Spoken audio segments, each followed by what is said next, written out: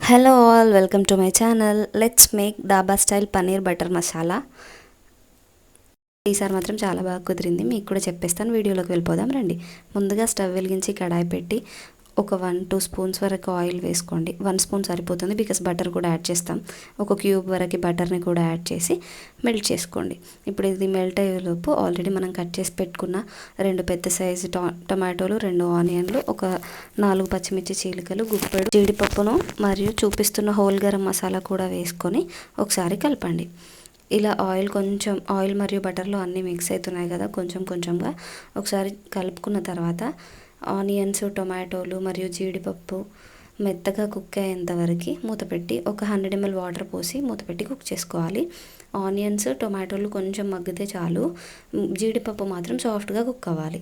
అది మాత్రం గుర్తుంచుకోండి, ఎందుకంటే మనం పేస్ట్ చేసినప్పుడు ప్యూరే కూడా చాలా సాఫ్ట్గా రావాలి.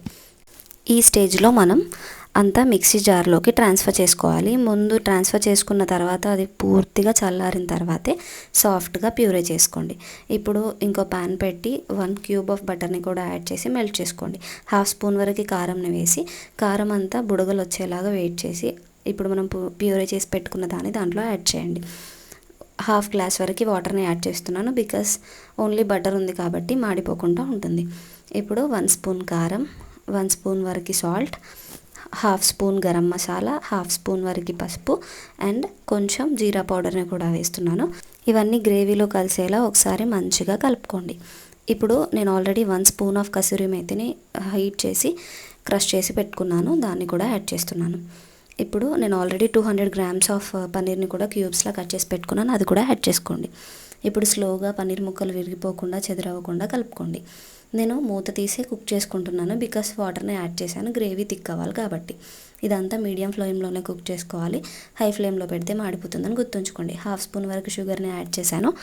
అంతా కుక్ అయిన తర్వాత లాస్ట్లో ఒక కట్ట వరకు కొత్తిమీరను కూడా యాడ్ చేసుకుంటున్నాను.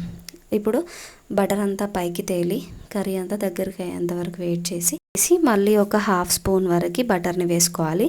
ఈ స్టేజ్లో మనం ఫ్రెష్ క్రీమ్ని కూడా యాడ్ చేసుకోవచ్చు. నాకు అవైలబుల్గా లేదు, నేను యాడ్ చేయట్లేదు. సో ఈ స్టేజ్లో మనం బటర్ ఇంకా క్రీమ్ని యాడ్ చేస్తే ఇంకా టేస్ట్ ఎన్హాన్స్ అవుతుందని గుర్తుంచుకోండి. ఒకసారి కలిపి బటర్ అంతా పైకి తేలేంత వరకు కుక్ చేసుకోండి. ఇదంతా మీడియం ఫ్లేమ్లోనే కుక్ చేసుకోవాలి, నేనేం మూత పెట్టట్లేదు, మీకు కావాలంటే ఏదైనా లిడ్ పెట్టుకోవచ్చు. ఇప్పుడు ఇలా బటర్ అంతా పైకి తేలిన తర్వాత ఒక్కసారి అడుగంటకుండా కింద నుంచి కూడా ఒక్కసారి మిక్స్ చేసుకోండి. ఇప్పుడు స్టవ్ ఆఫ్ చేసి 15 minutes తర్వాత సర్వ్ చేసుకోండి. ఎంతో టేస్టీగా ఉండే పన్నీర్ బటర్ మసాలా రెడీ. నేను ఈ కర్రీని చపాతీతో ట్రై చేశాను, పులావ్స్తో, ఇంకా ఫ్లేవర్డ్ రైస్, నాన్స్తో చాలా బాగుంటుంది.